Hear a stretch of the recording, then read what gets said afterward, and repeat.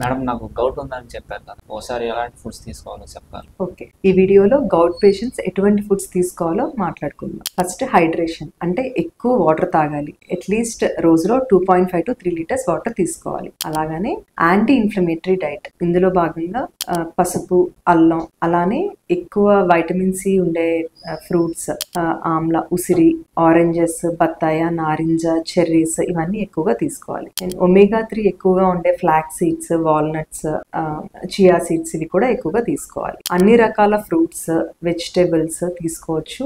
అలానే లెగ్యూమ్స్ లో moderate purine content ఉంటుంది, సో దీనికి కొంచెం తక్కువగా తీసుకుంటే మంచిది. అందులో పీస్, బీన్స్ అంటే చిక్కుళ్ళు, బఠానీలు, పెసలు ఇలాంటివన్నీ వస్తూ ఉంటాయి. అదేవిధంగా అన్ని రకాల గ్రెయిన్స్ అంటే బియ్యం, ఇతర ధాన్యాలన్నీ తీసుకోవచ్చు.